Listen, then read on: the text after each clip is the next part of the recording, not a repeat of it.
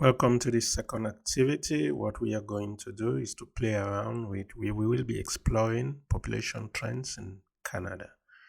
So these are the things you need to do. You need to do your analysis, submit a Microsoft Word document that includes these four things: a line chart showing the evolution of the Canadian population by regions of your choice. You will choose the regions you want. If you want to keep all of the regions, it's up to you. If you want to keep just a few, that's up to you. I will be doing this and you will choose whatever you want to do. You need to calculate the mean, median, standard deviation for the population. Here I've given what it means and I've given how to interpret it. Then you have to explain what each of the statistical measures reveal about Canada's population trends. So use this to guide you in your interpretation, and then you will discuss the insights gained. We did talk in class about you discussing what you see, what's the implication of what you are seeing, why is that happening, and why someone should actually care. So use that approach in doing what you are doing, and I encourage you to do it personally and then meet in groups and do this in groups of 4 or 5 so that you really gain in your analysis. So let's do it together. Now I'm going to copy the website. The data is found here. I'll copy it and go to a blank web page, paste it, and here we go. So I'll wait for a few minutes for everything to load. It takes a few seconds. Okay, there we go. I'm looking for population. So on my left, I can find population. I'll click and then I'll just click download to download the population data, and it's going to download it into my download folder. So I'll click to download it, downloaded. So what I need to do now is to open a blank Excel workbook. So let's go for that.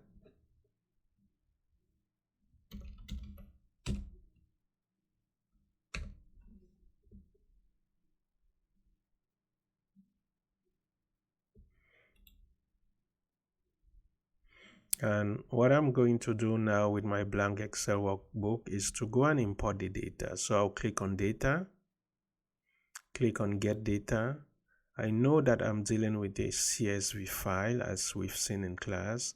I'm going to click there to be able to go to where my data is found. So here I am in my download folder. So once you get there, you just navigate to your download folder, and this is my data. I'm going to click on import to import the data. It's going to open a new dialog box, and once I have the dialog box, what I simply need to do is to take transform data. Click on transform data. It's going to open what we call Power Query. The name of this is Power Query, you can see, and all I need to do is to check if I have a data of type date. So generally it has to be date. I have to make sure that region has ABC, and I have to make sure population has 1, 2, 3. What does this mean? It means you are dealing with a whole number. Okay, you have to make sure you have this. So if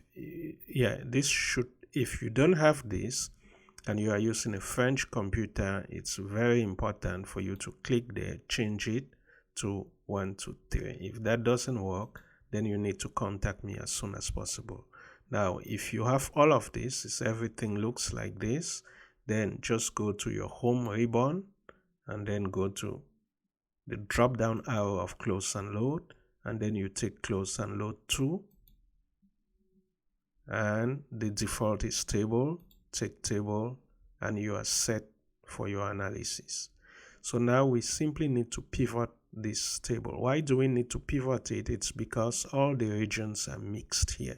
Okay, you have something like a fruit salad, you have Canada, you have the different provinces and regions and territories all mixed here, and you want to split them into columns. So click anywhere inside, go to insert. Once you get to insert, on your left, take pivot table. For some versions you will have table, you need to click there to get to pivot table. So I'll click on pivot table, and I will not mess with this dialog box. I'll just say OK, and there I am with my pivot table. Now if you take a look at the instructions, you've been asked to generate a line chart showing the evolution of the Canadian population by regions of your choice. So we are first going to do the analysis with all the regions, then I'll show you how to make that choice. So let's go back to Microsoft Excel. What we need to do is to first take a region and we'll put it where you have columns. So now you can see the different regions. You'll take population, which is, we are talking of the numbers. You'll put it where you have values, and we want it to be sum, so you will leave it as it is. And then you'll take date, you'll put it where you have rows, and yeah, looks good to me.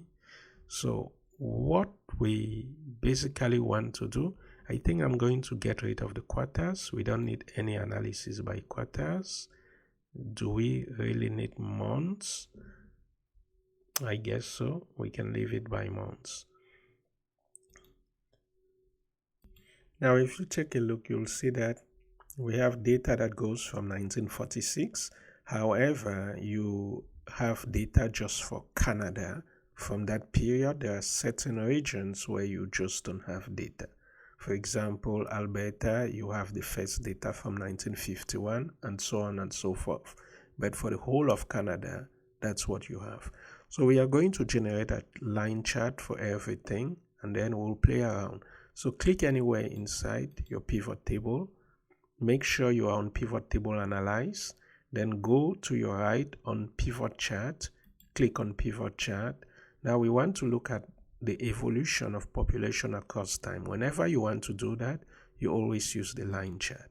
You can use the line chart or the area chart, but in this case we want to use the line chart, and we are going to say OK, and I'll increase the size so that we can really see. Now it really depends on your screen size. What you are doing depends on your screen size. Now you can see here we have the population of Canada. Here we have the population of the different provinces and territories. And we are going to use a little trick to play around with what we have. So what we need to do is to now increase. We need to add some slicers and timeline. So I'll go to pivot chart analyze. I'll come here. You have insert slicer. So I'm going to click on insert slicer, and I want to take slicer by region. So I'll click there, I'll check region, and I'll OK. So we now have a slicer. I'm going to place my slicer here, reorganize my chart, put it there so that I have space to increase the size of my slicer so that I can see everything. And once I do that, if I come here, I'll see if the slicer is active, I'll find a slicer ribbon. So click the drop down for slicer ribbon. Come here where you have columns, increase it to 2 columns, and just adjust it. Now you can see everything.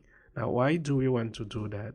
So that if you simply want to check the data for Canada, if you click there, you can see what's happening for Canada.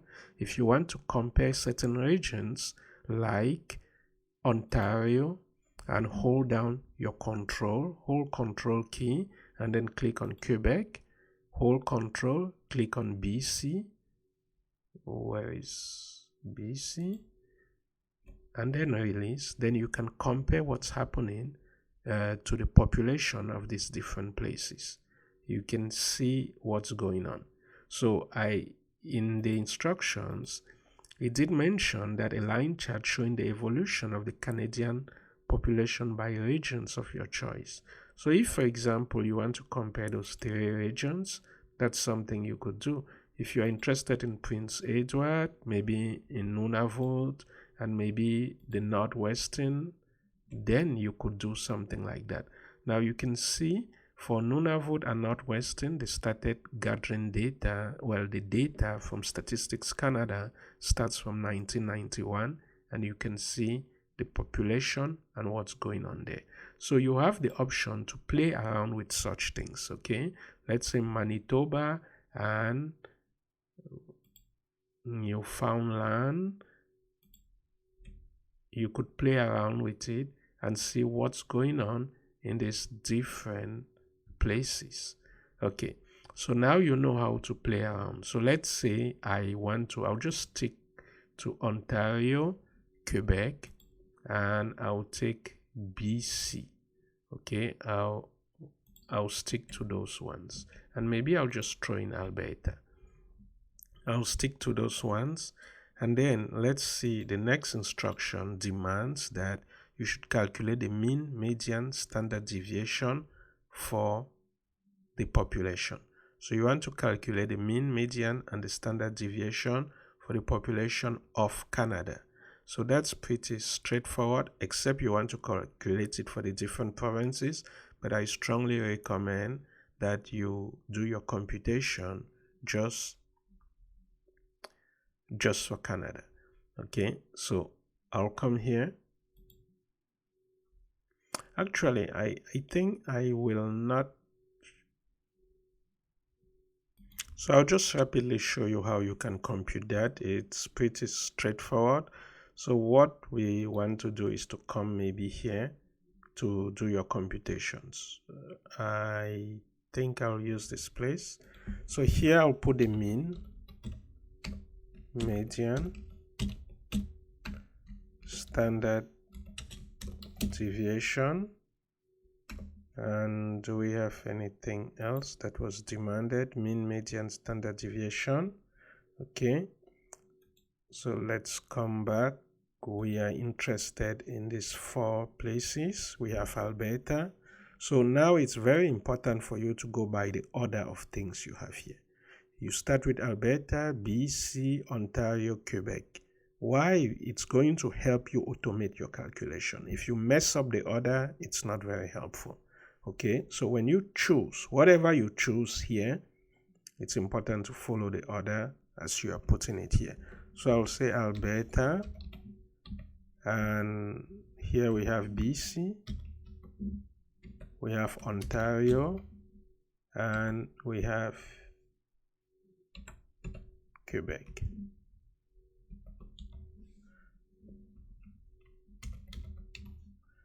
Okay, so how do we calculate the mean for Alberta? So we are going to do the first one, and then we will automate the other ones. Now, it's very important to look, where do we have our first data set? Our first data set is here. For Alberta, you can actually click, and it's going to tell you. This is B5. B5 is the first data set. And where do you have the last data set? Do not choose this. This is just a calculation. Your last data set is here. If you click there, it's going to tell you it's B77. So you are going from B5 to B77. So come here.